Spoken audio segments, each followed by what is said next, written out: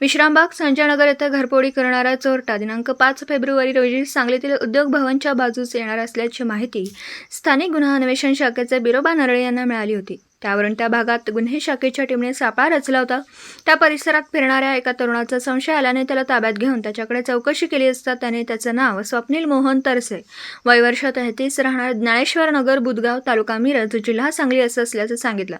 त्याची अंगझडती घेतली असता त्याच्या हातातील प्लास्टिकच्या पिशवीत सोन्या चांदीचे दागिने मिळून आले। त्याची कसून चौकशी केल्यानंतर त्याने सांगितलं की सांगलीतील विजयनगर चौकाजवळील सैनिक नगर, होळकर चौक आणि मीरा हाऊसिंग सोसायटीमधील बंद असलेल्या फ्लॅटमध्ये घरफोडी चोरी केल्यानंतर मिळालेले ते दागिने असल्याची कबुली दिली।